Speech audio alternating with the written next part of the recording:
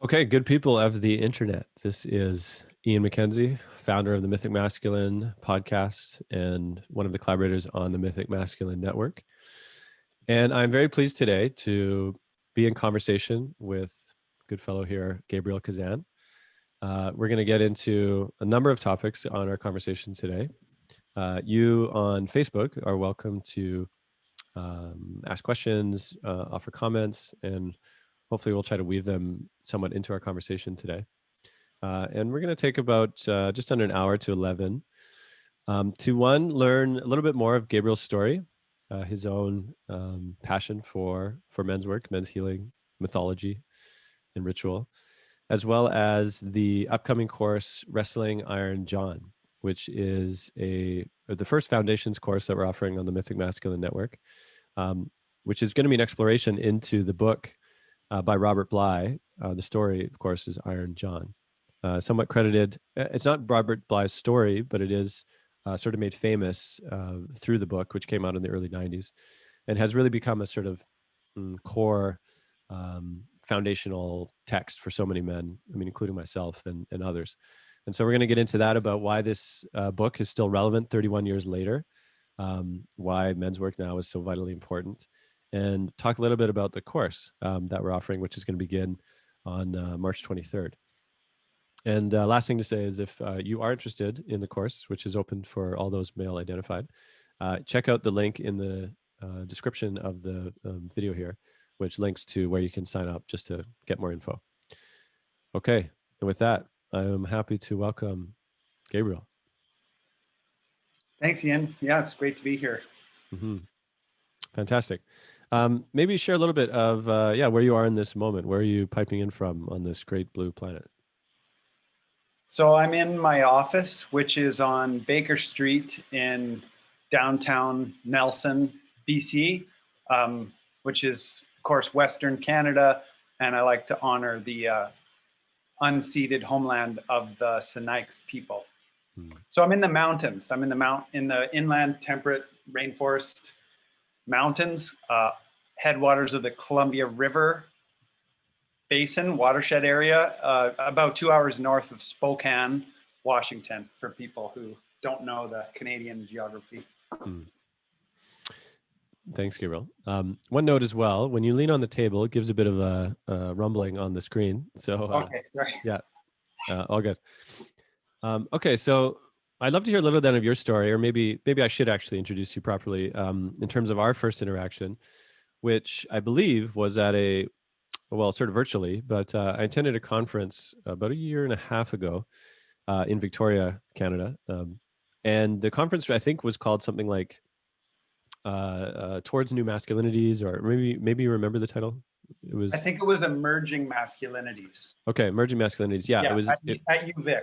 Yeah, okay, yeah. And it was held at the university there, UVic. And it was really looking at, I mean, my take on it, having experienced it over, I believe it was a full day.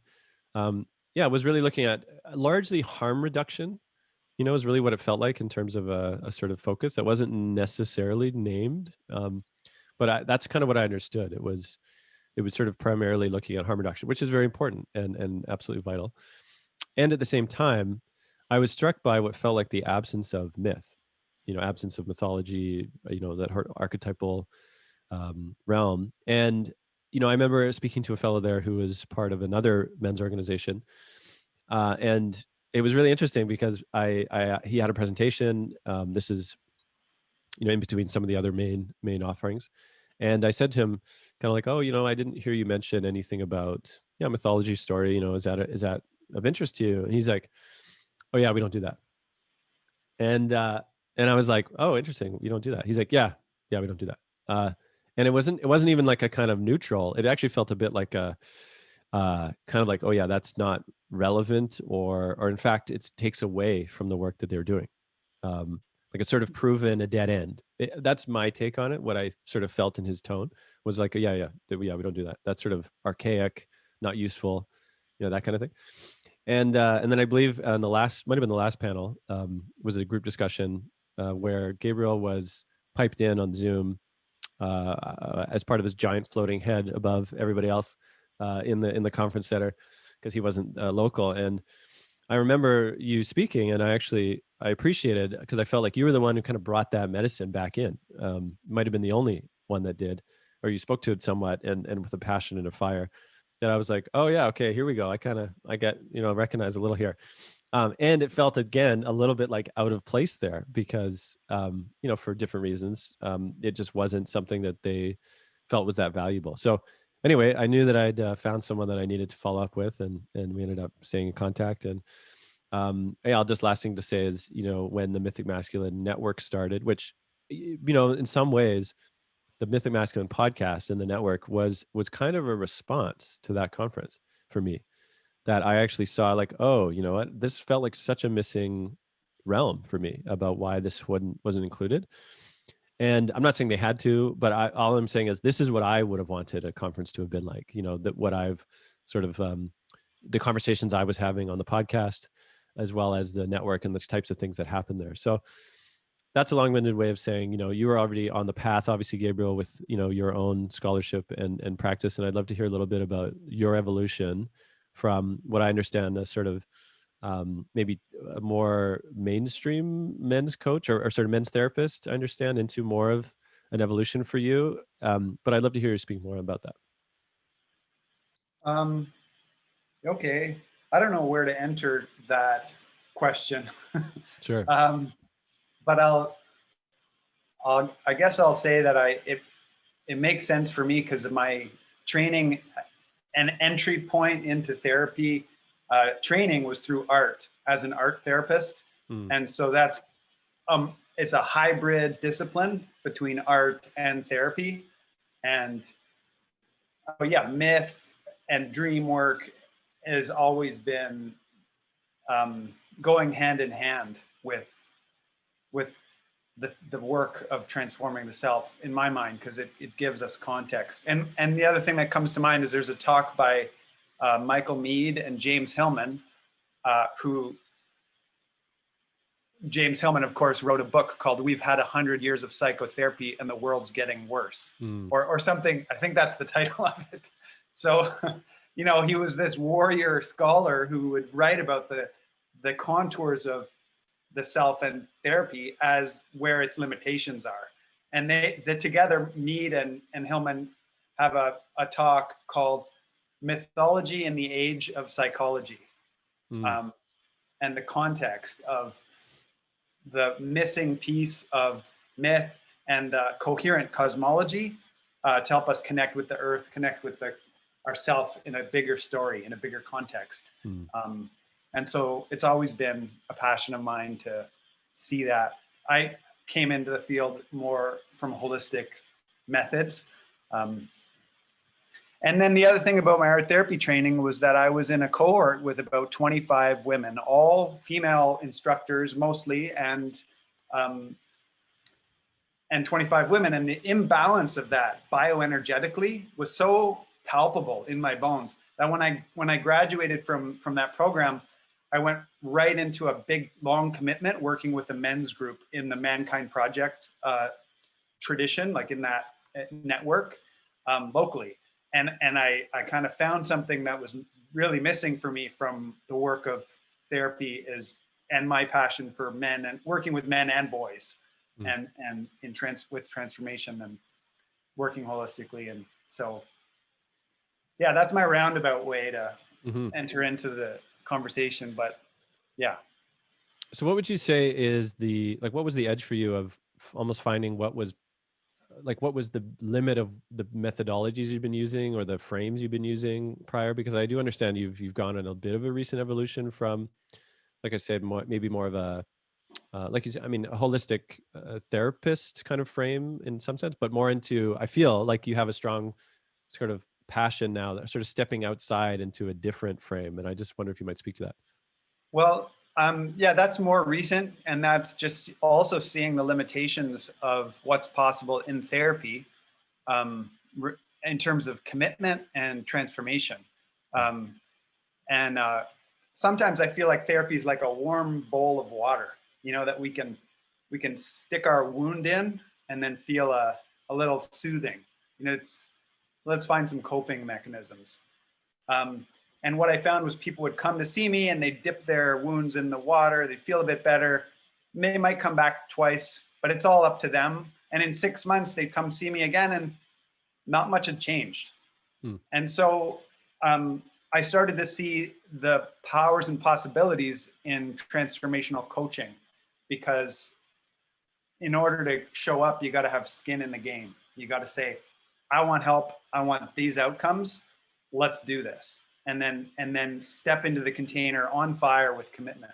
So lately now I'm pivoting into coaching also, because for men, the challenge is to challenge one another and to be challenged on the lies we tell ourselves. So that's where it gets almost beyond the scope of the therapy room and into a realm of personal growth and also with depth and truth, and dipping into the personal mythology of, how we formed ourself or continue to form ourself with our story and embody that. Well, I like the segue actually that you spoke of the dipping the wound in the water, because that is a sort of an iconic image of Iron John, or sort of the boy in the spring, I believe, when he's with Iron John. And maybe to make that leap now to the story of Iron John, because this is the sort of focus of, this conversation that,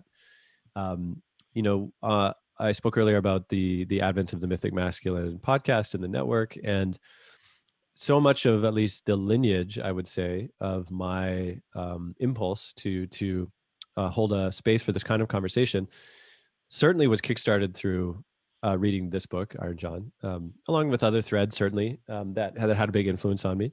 But I will say, it's almost like you ask a lot of men, like, what's the story of how you found the book, right? Or how it came to you, or whatever it was, what was the moment? And they generally have a good story, I think. It wasn't just sort of like, oh, I went to the library, picked it up. Like there's some sort of synchronistic element. And I'll just say for me, where it was actually in 2015, both my grandfathers died the same year, within a few months of each other. And one particular grandfather, who was a bit more of the recluse, academic, scholar, kind of artist, who, we'd reconnected a number of years prior, but still weren't, we didn't really find a kind of closeness. But after he died, I was there with his son, so my uncle, to tend to his things. And he lived in the interior, actually, of BC as well. And he had books and books. He had a small apartment, lived alone, but books and books of everything, psychology and religion and spirituality and all this stuff, floor to ceiling, books. And we go to the back, and amongst like all these towers and towers of books, I was just there kind of taking it all in and appreciating. But I looked in this one stack, kind of like felt centered in a room, almost like the shaft of sunlight, coming through the side.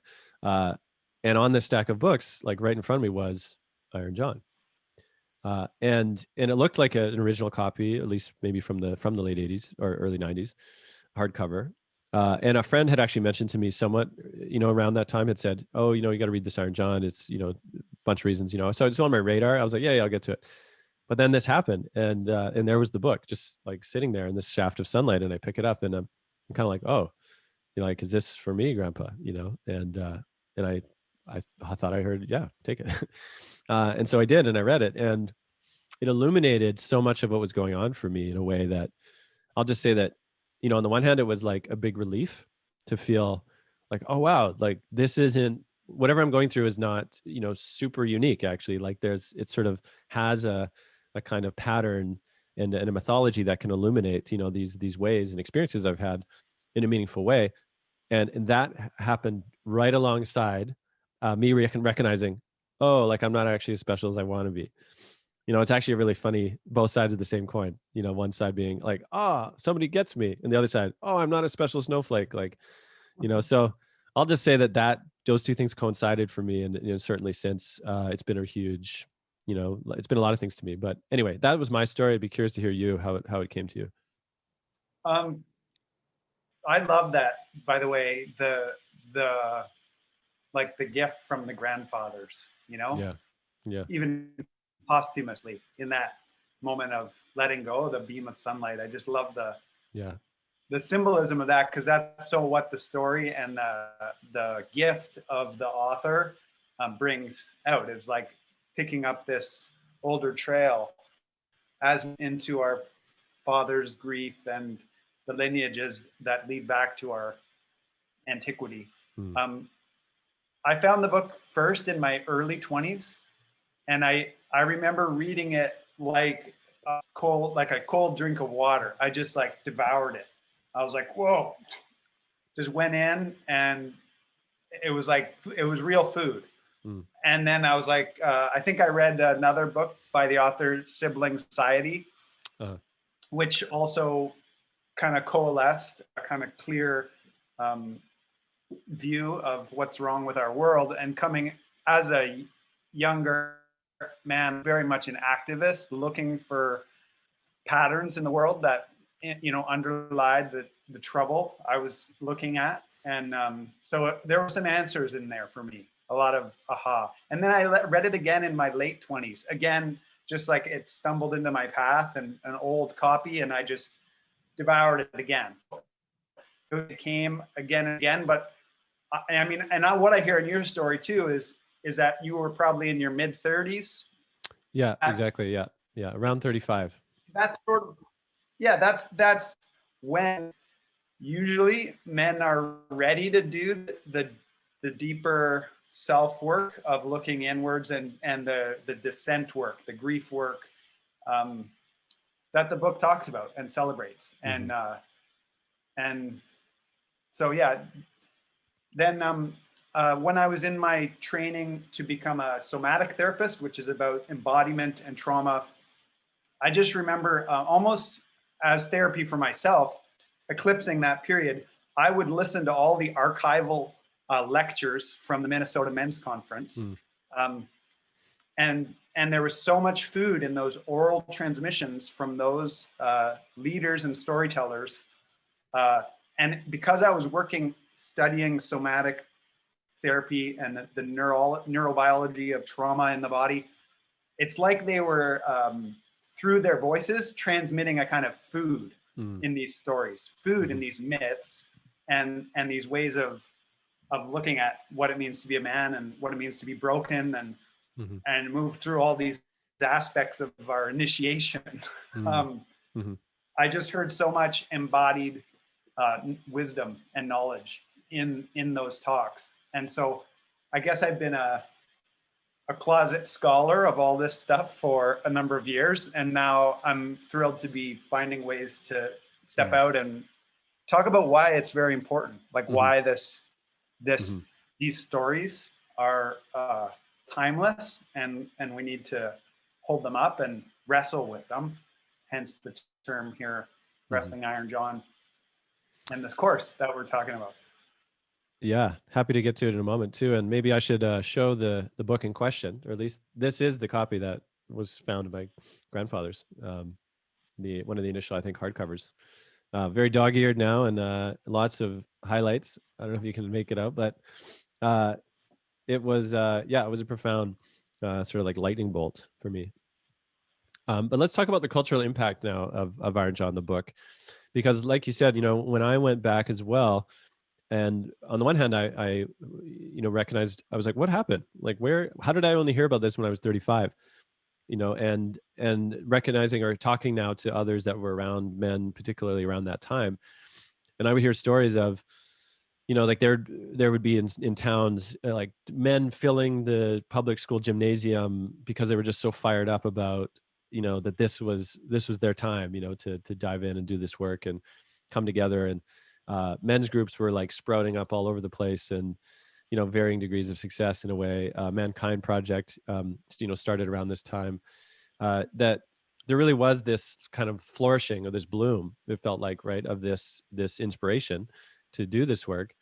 And then it kind of like sputtered and felt like it went underground in some ways. And, you know, I have talked to some of the other people that were there, like I said, people like Martin Shaw, who said that it sort of, it entered the wilderness years, is what he calls it. And in some ways also needed to have a kind of, you know, like after inspiration, there's always a need to kind of come back to earth, come back to ground, integrate, be humble, because there was a lot of things that, you know, weren't there.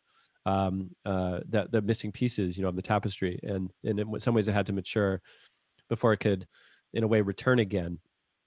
And so I just see that, the moment now, I would say it really does seem to speak to a sort of second wave of the mythopoetic element that, certainly needs to include a lot of what was brought before, because like you said, there's such a deep degree of embodied lucidity, I feel, in so much of those archives that are, gratefully available, some of them on YouTube and elsewhere.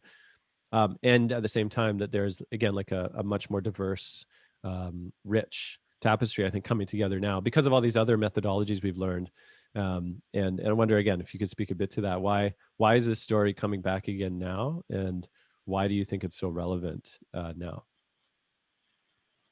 Well, right now, uh, men and mental health is a critical issue and a crisis on so many ways and I don't want to get too into the data about why that's true. We just know that that's true. The cultural collective has been grappling with this since, the last couple of seasons, Me Too, and all these ways that toxic masculinity, what does that even mean? And how do we reckon with it as men? How do we stand as, wakefully in our power and creativity with respect to the lineage of feminism and what it brings to the world, and then find our own place in that. Somebody wrote the other day, I love this, that the frontier of feminism is actually in the hearts of men.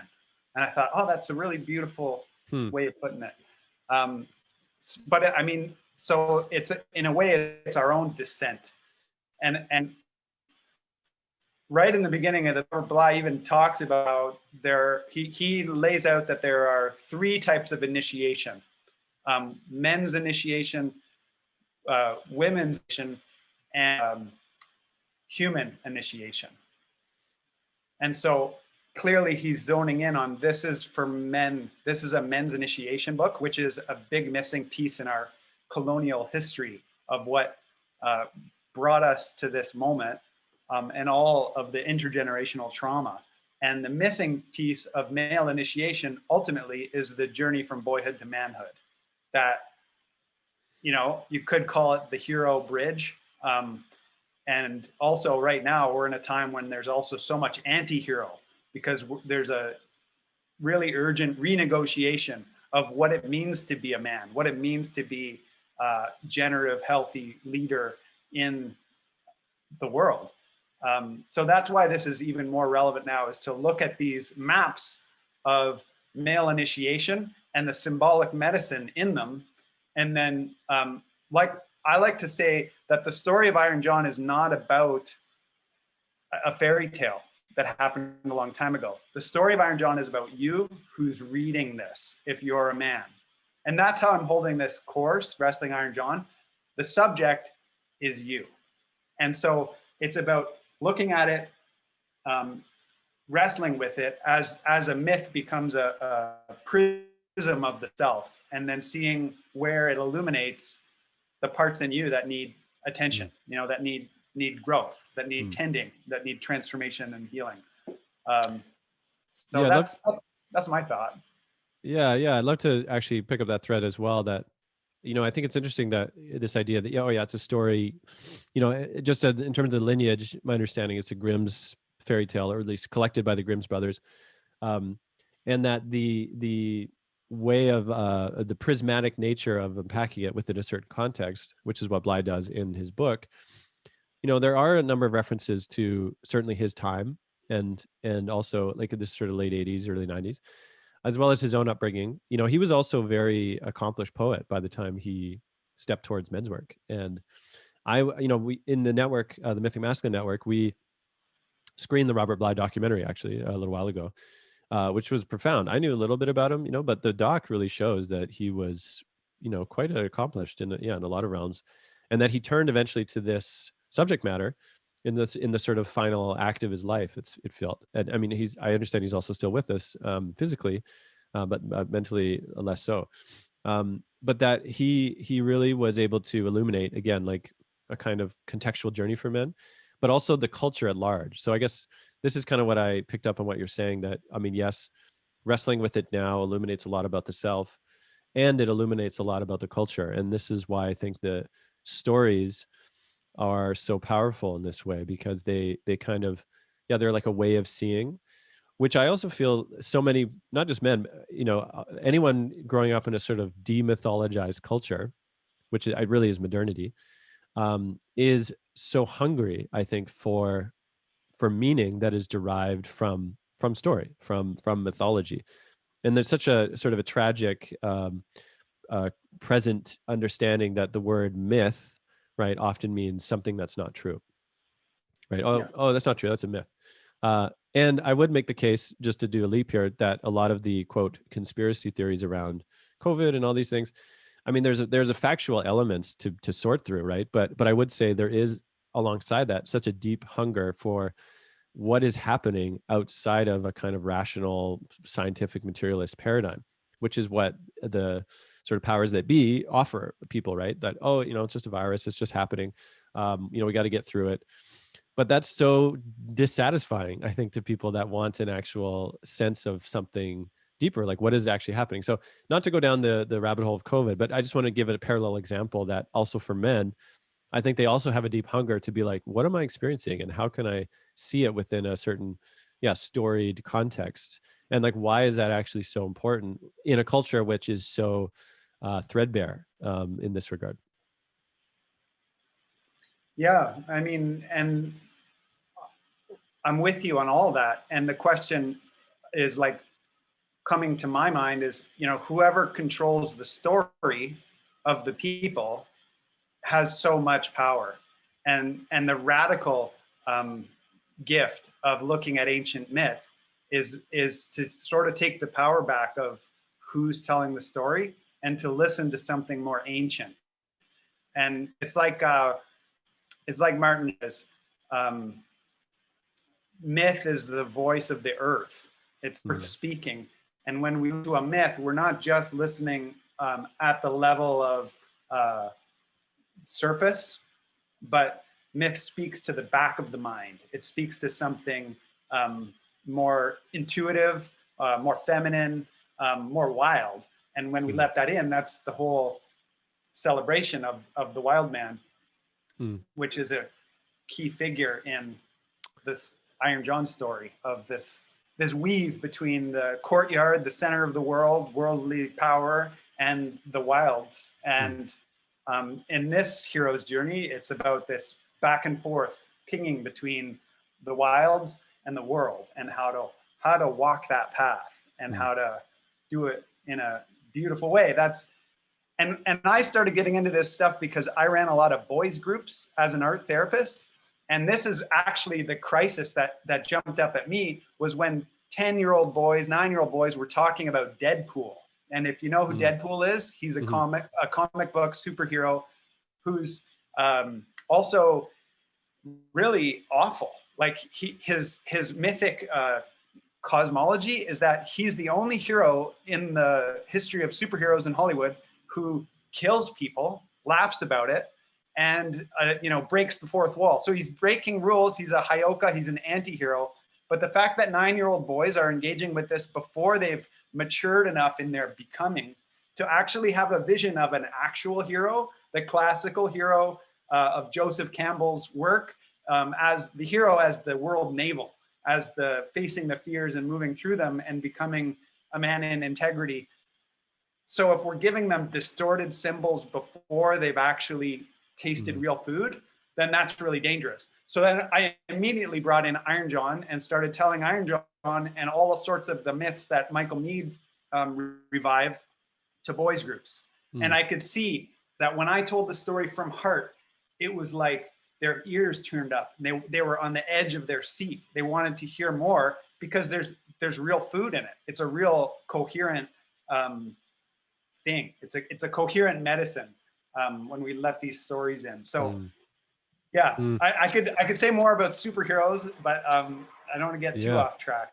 Yeah, no, I love that example as well. It's interesting too that I mean, just to touch on Deadpool for a second, I know a little bit. I mean, I've seen at least the first film, and I understand a little bit about the cosmology, but how I see that, that kind of medicine that he brings, could be valuable to a construct, like an oppositional construct, which is so much of a superhero, right? There's the hero and then the villain, and how that kind of one that breaks all the rules, is actually, yeah, it's a kind of longing to step outside of that paradigm. But like you say, I mean, it's hyper violent and all the rest too. I see the power of stories as well, that they, again, stories well told, not in a Hollywood fashion becomes the de facto mythologizing,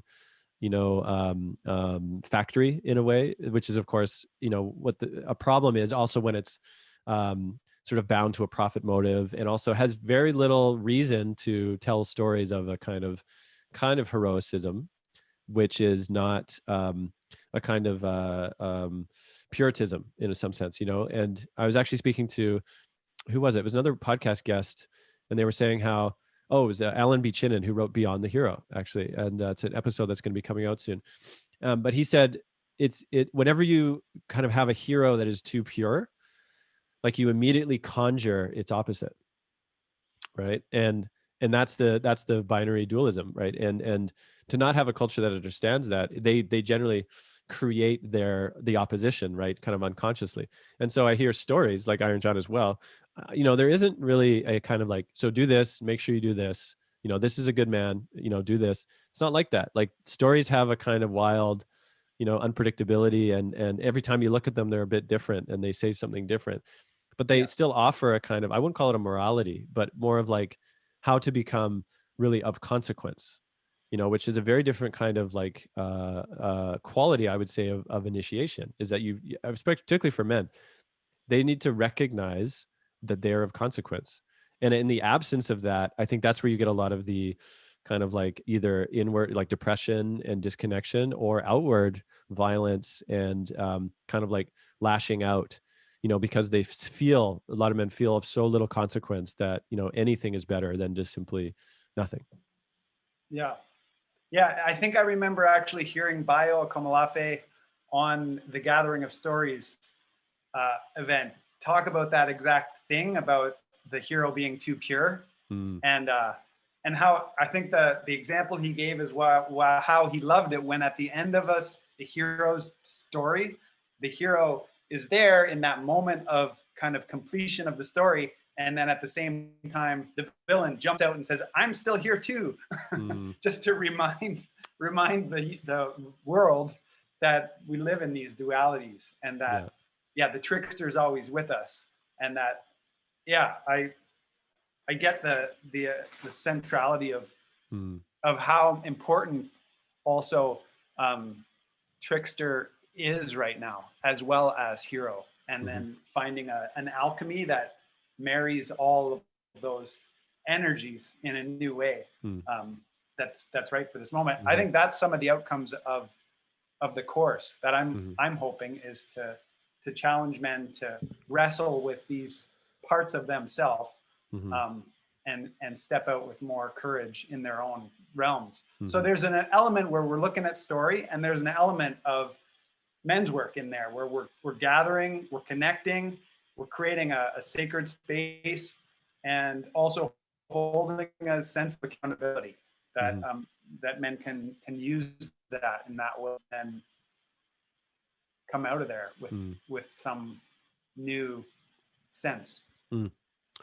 Yeah, thanks for that. I mean, as we wind down the conversation here too, it is a great moment, I think, to return again to certainly those listening now and who will listen, that this conversation was sort of brought forth by the forthcoming course. This is the first foundations course that we're offering on the Mythic Masculine Network, which is called Wrestling Iron John. It's offered by Gabriel as the main facilitator, and it's going to be a 6-week journey through the book, which will include, of course, readings, reading the chapters as you go. Gabriel's going to be offering some sort of direct teaching on how to see it or how to wrestle with it now, and then also live in person in Zoom meetings with other men within the course. And so, yeah, I'd love to hear more, Gabriel, about your approach. Like, what are you excited about in terms of the approach? as you've been revisiting the material? What are some elements that you feel most fired up on, approaching in this container? Well, I think for me, it's an integration of a lot of different things I'm passionate about: myth, men's work, um, and challenge, the energy of challenge.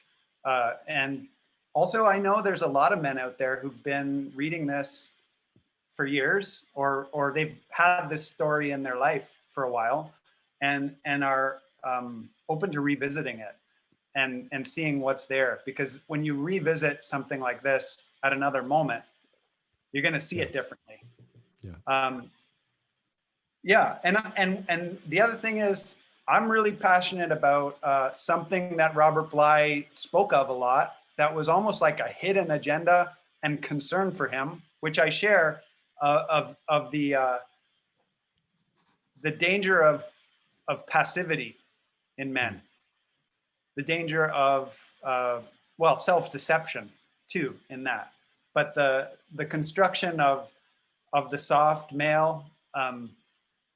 So I want to challenge men, and in men's spaces, that's where I feel like men give themselves more permission to show up and integrate the parts of themselves that might have been in exile.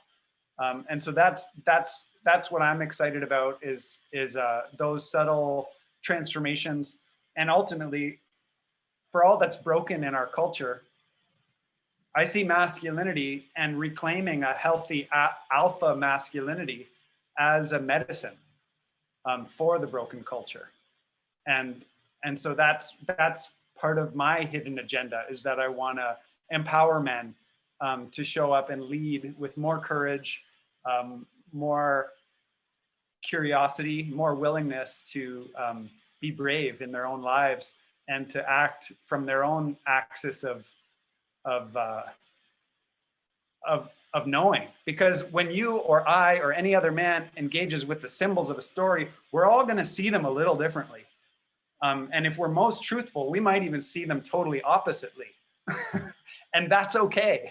That's important, so that each who comes can correlate with his own truth. And that's what's exciting to me, is that in these spaces, there's not a right or a wrong. There's just a showing up, and let's be more brave. Let's be more truthful about what the work is and what we need to do. Um, Mm-hmm. yeah, so that's what I have to say about that. Yeah, appreciate that. Um, I just want to name perhaps like one example like of this kind of thing, and I think the story of Iron John again is so beautifully led. Um, I'll just give a bit of a brief kind of overview for those who are less aware or haven't encountered it before. But essentially, the story, of course, is that there's a kingdom and a sort of terror in the woods that is sort of taking, I think, huntsmen down, or they disappear in the woods. They don't come back, right? And then there's this sort of heroic huntsman that shows up and says, I'll take care of it. And the king says, okay, well, it's out in the woods. See what you can do. So he goes out there, encounters this thing, doesn't know what it is. His dog gets snatched, pulled under in the swamp. And so he goes back to all the king's men that he can muster, heads back out to the swamp, buckets the swamp out. And at the bottom is this hairy beast man, AKA the wild man. So they throw him in chains, take him back to the courtyard of the king, essentially display him, for all to laugh at and throw tomatoes and all the rest. But when after all the fanfare is done, the little prince of the kingdom, he goes down to the courtyard playing with his golden ball, and ends up losing it, into the cage of the wild man, who snatches it up and says, let me out and you can have your ball back. And there's a particular scene. I mean, I'm not going to go over the whole story, but just there's a particular moment, which I love how Bly talks about this, where he says, when the wild man has the ball and the young boy is, standing there kind of in low level terror, and says, can I have my ball back? And the wild man says, until you let me out. Bly says, most men never go back to the cage. And I mean, he's such a poet, like in the way he frames everything. But for me, that's such a great articulation that there's something lost typically when boys kind of approach manhood. We could call it the golden ball. He says, can often be seen as this sort of deep connection to the joy and the aliveness of being.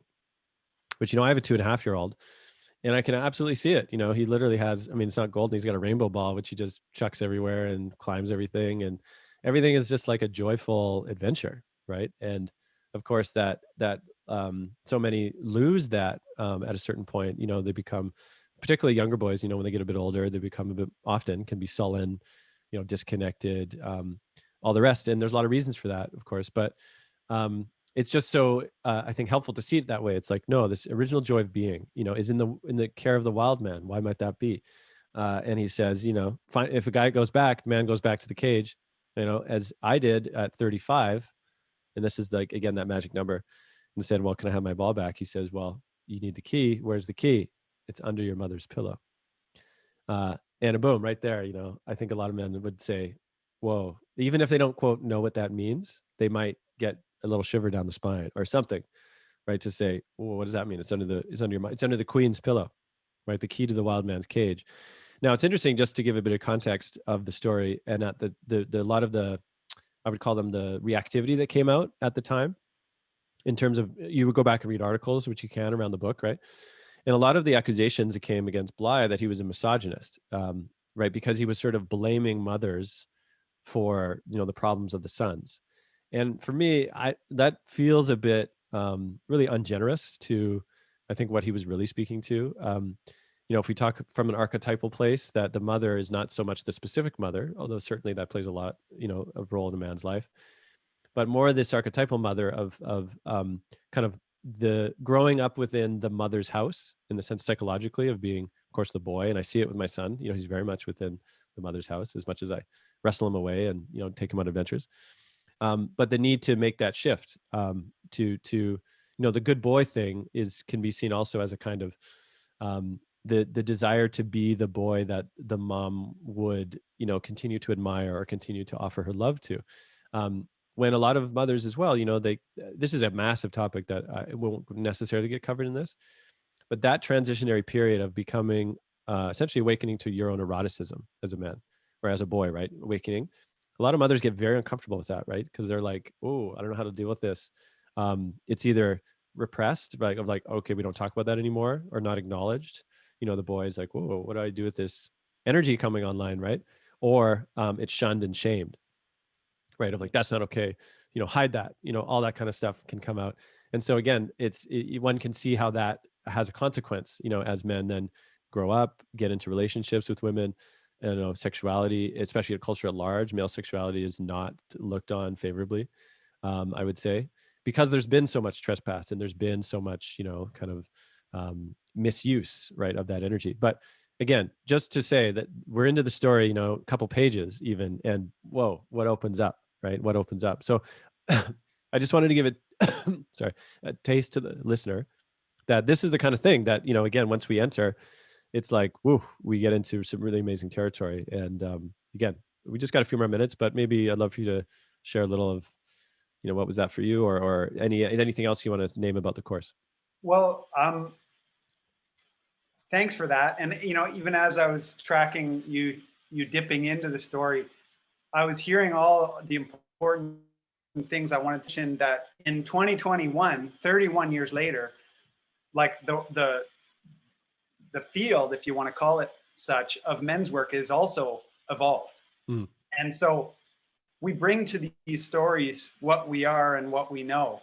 And so also, as a guide and facilitator, I'm integrating other bits, like teachers like David Dita, who was also emerging around that time in the late 90s, and sexual polarity, and how to work with that in relationships with the self, or in romantic relationships and sex. And also, you talked about the good boy, right? Wanting to be the good boy for the mom or for whoever, how that becomes a nice guy. And now we live clearly in an era where the nice guy syndrome is something to look at, something to struggle with and wrestle with. And ultimately, if you're working with me, I'm going to help you kill the nice guy so that we Mm, can get to that wholeness, that golden ball underneath, that wild golden ball. That is, that's to me, that's what I'm after mhm, is what's that gift that's mm, unique to every man. It's not the same in every man, but what it yeah, is. And so there's all these layers of new medicine that are on the table as yeah, we open this book and go, oh, what's in here for me now? yeah. It's a lot more, and so that's why I'm so excited about diving in. Mm. Thank you for that, Gabriel. And maybe last thing to say too, that you could read the book on your own. Anybody can, really, obviously. And Bly does a lot of the unpacking for you, and you can certainly work with it, on your own and what it means to you. And I'm excited actually to have this offering up for those that want to, be in a shared inquiry with other people, with other men, because I think that is such a part of the value as well, to kind of wrestle together, right? And so, yeah, there's a personal element, but then there's also a group field generated, and maybe what another shares about, a particular scene or symbol illuminates, what you see something which you wouldn't have seen, because another man, shares and says, oh wow, this is what it meant to me. So there's such a richness of that cauldron that gets generated. And so for me, like, that's why I'm really excited that it's in this format, it's in this offering. And I'll just say, for those that want to connect, on the description of this video, you'll see that there's a link to the to just sign up for more information for the course, which will launch March 23rd, which will include like an online portion, which you'll walk through, in a sequence, week by week. Gabriel's the lead facilitator, and there'll be homework and all this, throughout the journey. But it's also part of the Mythic Masculine Network. So, if for those who are curious of like, oh, how do I register? The Mythic Masculine Network is, I mean, it's this, and it's a lot of things. I mean, it's film screenings, it's poetry readings, it's there's a men's lodge, a women's lodge, there's council spaces, breath work. I mean, it's a whole cultural beauty making, emergent experiment, really. And so, by signing up for the course, you're actually signing up to be a member of the network, and the course is included, which means you can also explore all these other things. So, it's quite a something to discover. I hear from people now that find it, and they're like, oh my god, this is a thing, this is here, and they get it. The ones that really understand are just over the moon. So if this sounds like you and you want to jump in on this course, check out the link on the description to the Iron John, sign up. You'll get more info about it. And yeah, any last words here, Gabriel, for the listeners? No, except that if you're curious, and I hope that you dive in, and I hope to meet you in the course, because it's going to be a lot of fun, and it's also an experiment. Like Ian said, this is all new territory, and we're breaking ground here. So be part of this. Mm, If you're called to this, I'd love to see you on the inside. mm. Okay.